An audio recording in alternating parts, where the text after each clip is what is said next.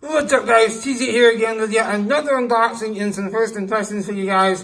I have to tell you, being a relatively loyal Apple customer is kind of like being in a toxic, abusive relationship.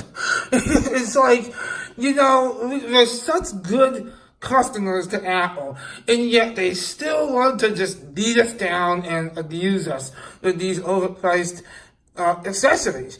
And that is the case with this iPad Pro Smart Folio case for the iPad Pro 11-inch model, which is the model I have. And, there's really not much else to say about that. It's one of those things that, if you're like me, at least in my case, I've hated the Apple accessories for quite some time, especially the cases. I can't say all accessories, but the cases have always just been wildly overpriced, and in my experience, nothing better than what you can get for $15 to $20 on Amazon. And unfortunately, this is the rare exception to that, because there's nothing on Amazon that I can find that supported Apple Pencil charging, and I consider that to be an essential feature. I don't want it to keep taking my case off every time I go to charge my pencil. So, unfortunately, I am left with this guy. It, again, is wildly overpriced. It's like Apple is just going, damn, just abusing us as customers. It's like, please, Apple, stop abusing us, Apple, but they won't stop. So, unfortunately, here's where I am. I paid $80 for this thing.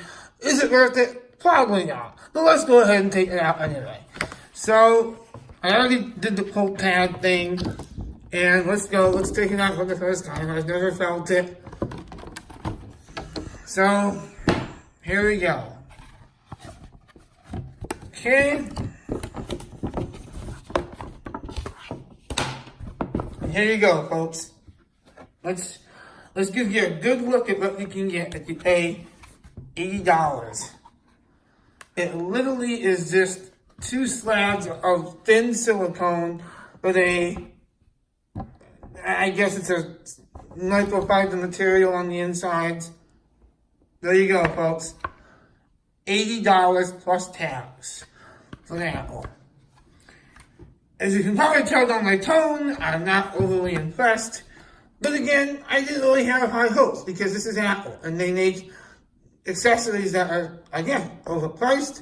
And literally, I don't even know how I'm going to keep this, except that there's nothing else I'm seeing right now that allows, like I said, for Apple Pencil charging. So I may actually have to keep this guy for a while. It's not, and it's like, it's one of those things that I think Apple could definitely improve on their accessories. I don't know what their strategy is on that. I don't know if they're trying to push the sales of third-party accessories or what, but I don't get it. You would think that they could just make nicer cases for that price.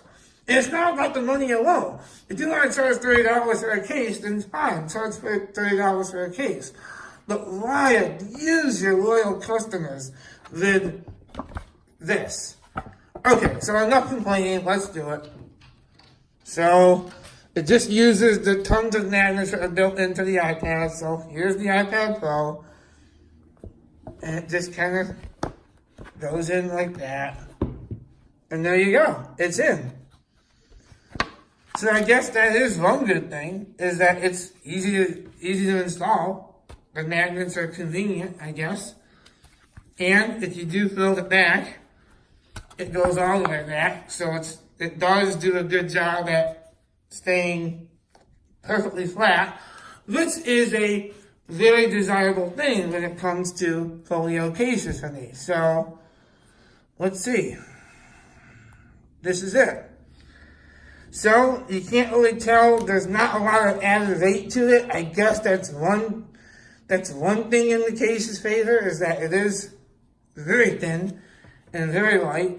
And I guess that could have been what Apple intended to do with this case. But we all know it's really just about being cheap. Apple wanted to make the cheapest case possible and make maximum profit. And they definitely achieved that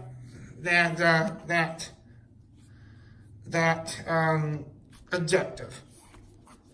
But it does allow Apple Pencil charging right here, which is good. That's the key thing for me.